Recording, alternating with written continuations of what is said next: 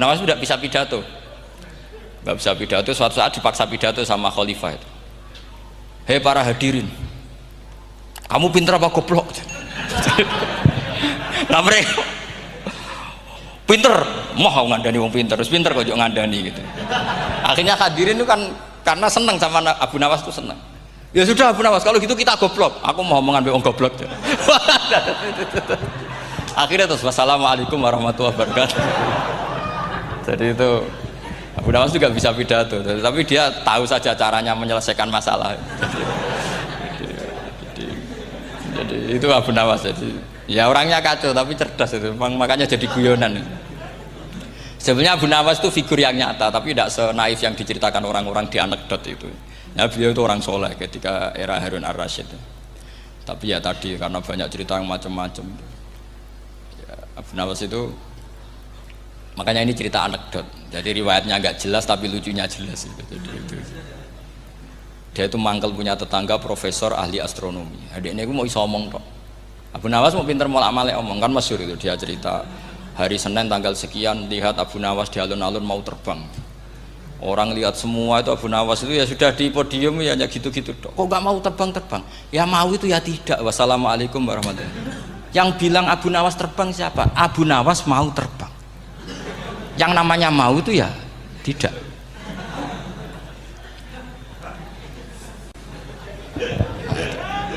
Pernah dia itu lomba sama Harun ar-Rasyid. Siapa paling banyak pengunjung rumahnya di alun-alun. Harun Rasyid bikin khemah, dia bikin khemah. Tentu cerita ini bohong, yakini ini bohong, makanya bohong tenang. Makanya ini anekdot, hanya guyonan. Harun Rasyid karena dia raja itu ada apel, ada makanan macam-macam. Ya tentu pengunjungnya banyak. Batas akhir itu penilaian jam 12 malam. Abu Nawas tenang, satu pun nggak ada pengunjung, nggak ada makanan, nggak ada apa. Pas jam 12 rumahnya dia, kemahnya dibakar. Orang ke dia semua. Dit menang dia karena jumlahnya. Bahkan Harun Rasyid itu datang ke kemahnya dia.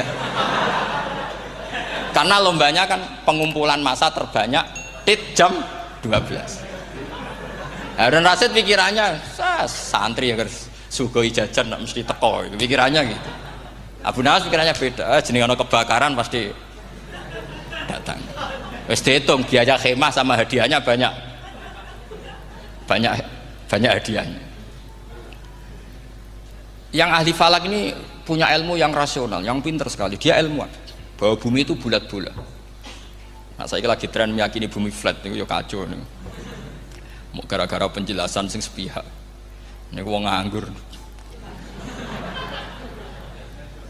Lah wong ilmuwan kok sentimennya perkara wedi duit. Enggak boleh ilmuwan menyebut sentimen apa? Uang. Akhir bumi itu bulat-bulat. Jadi kalau Anda jalan ke timur terus nanti ke titik yang sama. Abu Nawas ora paham karena dia memang enggak ahli sains gitu. Suatu saat si profesor ini kemalingan, malingnya melayu ngetan. Terus minta tolong sama Abu Nawas, kejarlah maling itu. Kemana? Ke timur. Dia ngejar ke barat. Ditanya sama profesor, saya udah bilang larinya maling itu ke timur, kau kejar ke barat, nanti ketemu di titik yang sama. Jadi, akhirnya profesornya ngerti, oh ngenyek tuh. Jadi, nah khawatir saya nanti kalau santri-santri tidak pinter ilmu, terus pilihannya ilmu kayak Abu Nawas, jalan pintas tadi. Karena belajar falak jelimet, belajar faraid apa? Jelimet, ada aul, ada roh, terus semua ada masalah yang ruwet-ruwet terus. Akhirnya mau olah bicara. Ini musibah, innalillahi wa inna ilaihi raji'un. Itu tidak boleh. Quran tidak mengajarkan itu. Quran tetap mengajarkan ilmu meskipun ada nilai seninya. Ya tadi nilai seni tadi misalnya Allah mencontohkan darabawu masalah rajulan fihi syuraka. Terus kedua uniknya Quran itu begini.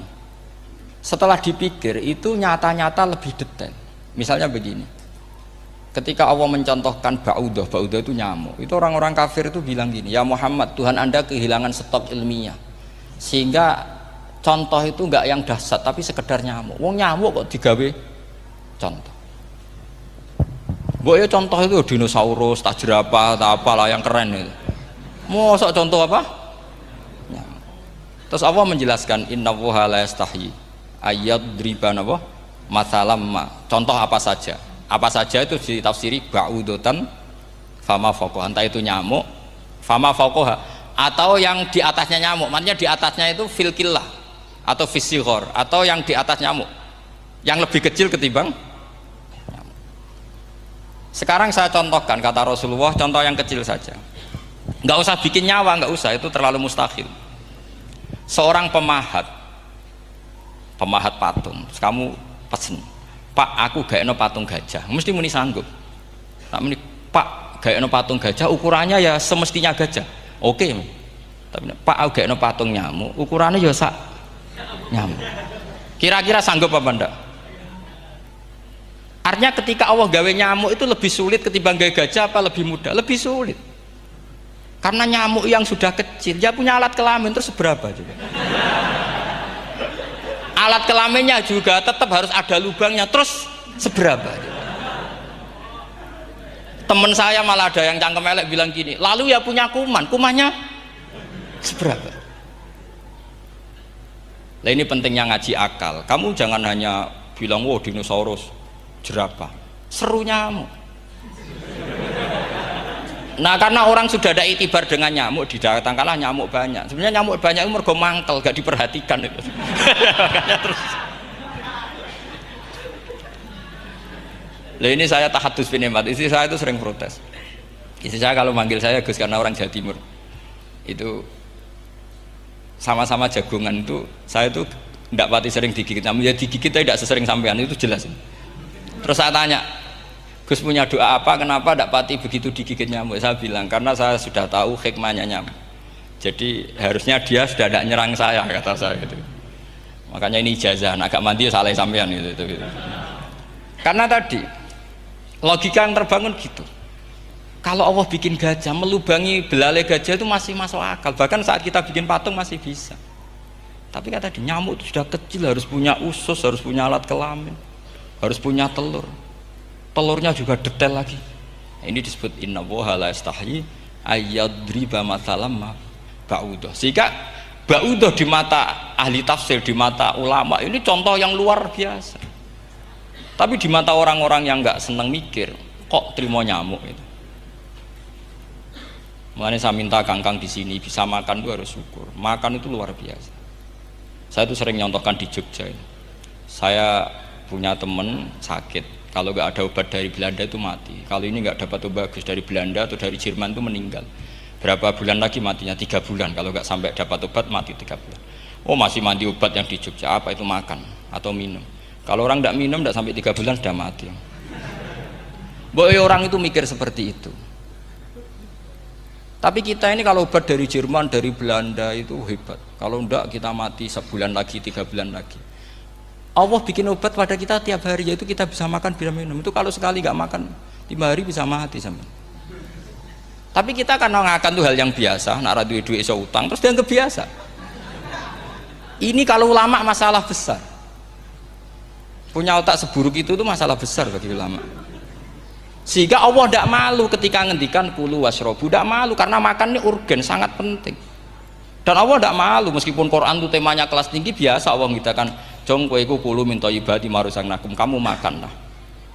Karena minum obat itu kebutuhan kita ketika sakit. Tapi kalau makan adalah kebutuhan kita sihatan wasukman, saat sakit maupun saat sehat. Nah, kalau Anda dengan kualitas ini, ketika Allah membicarakan makanan itu Anda akan respect sama Allah karena memang ini urgen betul. Tapi kalau Anda cara berpikir gini, hanya cari goro ibal ilmu yang aneh, yang seru, kamu baca ayat itu akan menjadi biasa-biasa saja. Dan itu masalah bagi mahabbah Anda pada Al-Quranul Karim. Ya saya kira demikian. Terus mangke saya pikir tidak etis ya, karena ini Jumat nanti sing biasa itikaf nanti terganggu. Nanti saya dianggap problem. Ya kalau ada tanya jawab ya saya mohon tadi ya, karena ini zaman akhir saya memang butuh sekali. Kenapa saya mau datang? Satu, hormat Kiai Hanan. Dua, saya memang ingin banyak mufassir lagi, jangan hanya lewat baca terjemah kemudian merasa menjadi ahli apa? Quran atau ahli tafsir. Itu musibah besar itu. Masalah besar itu. Ya pokoknya saya mohon lah ya, setidaknya gitu. Misalnya orang kafir, kamu cari saja orang kafir, ternyata ada yang harbi, ada yang dhimmi, ada yang mu'ahad, ada yang musta'man. Lalu dalam tarikh ada kafir Yahudi, kafir Nasrani, kafir ahli kitab.